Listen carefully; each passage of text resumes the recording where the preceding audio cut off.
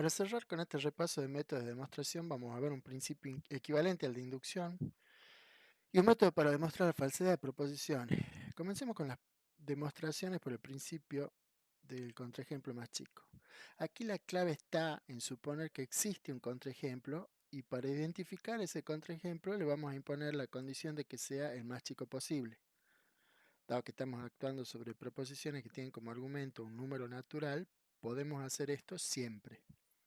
Bajo esta suposición, veremos que cada vez que postulo un contraejemplo, descubro que para que éste sea efectivamente un contraejemplo, es necesario que exista aún uno más chico.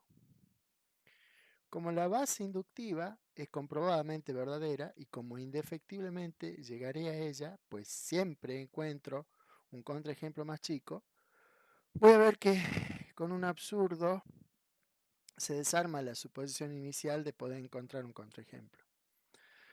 Veamos entonces cómo es que funciona la lógica para este método. Como ya dijimos, se trata de una construcción equivalente al principio de inducción. De hecho, los principios equivalentes relacionados con los números naturales son 4. Hay dos formas del principio de inducción, el principio del buen orden y el principio del contraejemplo más chico.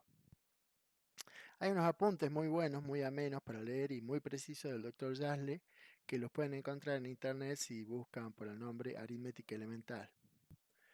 Vamos a recordar qué decía el principio de inducción. Si se cumple P de 0, o a partir del valor que corresponda, y la implicación P de n, entonces P de n más 1, podemos decir que la proposición P se cumple para todo n perteneciente a los naturales. Nos interesa el consecuente, que está determinado por el cuantificador para todo. Acá tengo P de 0 y P de n, entonces P de n más 1. Esto es el antecedente de la inducción. Y el entonces dice, para todo n perteneciente a los naturales, se cumple P de n.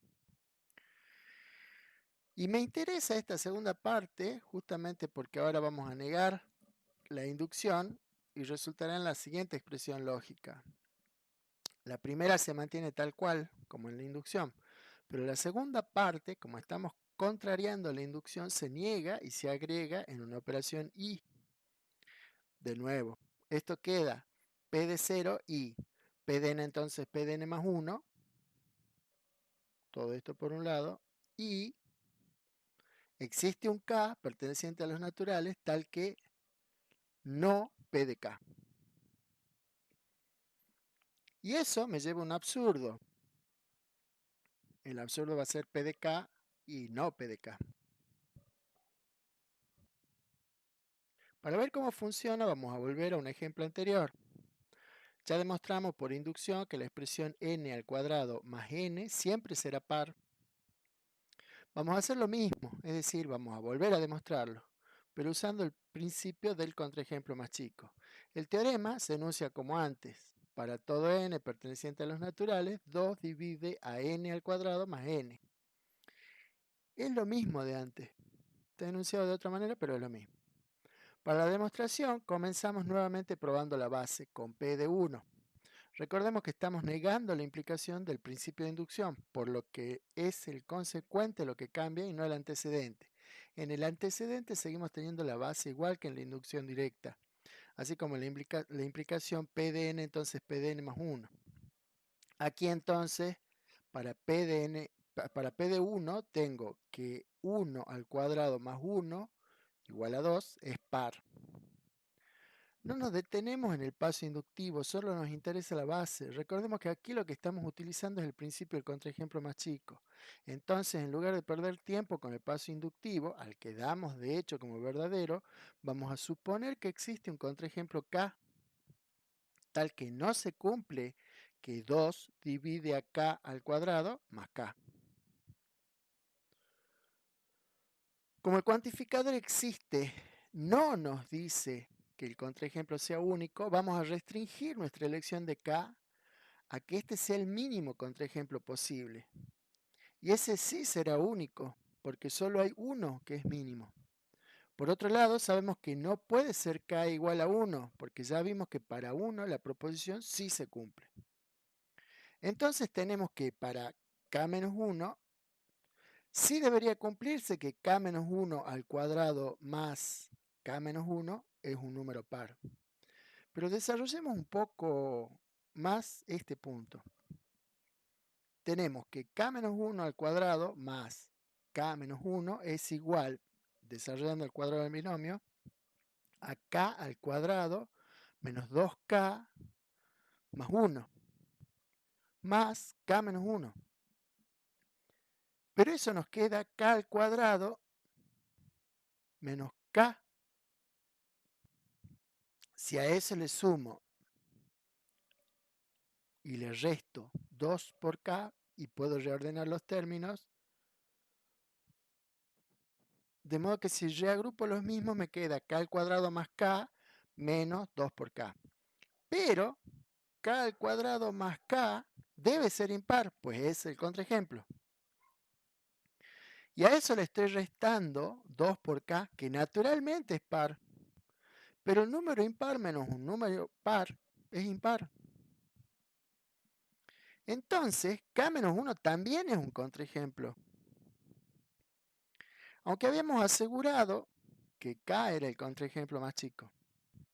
Y es que en realidad, para cada contraejemplo siempre voy a encontrar otro más chico. El problema es cuando llegue a 1. Pues ya mostramos que en ese punto la proposición se cumple y por lo tanto no puede ser un contraejemplo. Eso desarma todo, ¿no? Hemos llegado a un absurdo. Por lo tanto, llego efectivamente a un absurdo y tengo que, tal como proponía el teorema, n al cuadrado más n siempre es par. Por último, vamos a ver un método para demostrar que una proposición es falsa. Se trata simplemente de encontrar un verdadero contraejemplo para una proposición. Por lo tanto, es necesario tener la intuición y conocer el tema sobre el que se está postulando algo que sospechamos que puede no ser cierto. Si no sabemos si la falsedad de lo propuesto es fácilmente verificable, entonces es preferible primero tratar de demostrar que es verdadero. Por ejemplo, si postulamos que existe un n natural tal que n al cuadrado más n es impar, ya vimos que esto no es cierto, pues la suma es par para todo n, es decir, que con el cuantificador existe va a ser un poco inútil buscar un contraejemplo. Pues de hecho todos son contraejemplos de lo postulado en la proposición. Pero sí tendrá sentido cuando el cuantificador utilizado sea para todo elemento del conjunto determinado. Como en el siguiente ejemplo. La proposición para todo n en los naturales, n elevado al cuadrado es mayor que el factorial de n, que es cierta para 1, 2 y 3 del conjunto de los naturales, pero cuando n es mayor o igual que 4, ya no se cumple. Con esto terminamos la parte de demostraciones y vamos a comenzar con definiciones sobre algunos de los elementos con los que trabajaremos en esta materia. Nos vemos.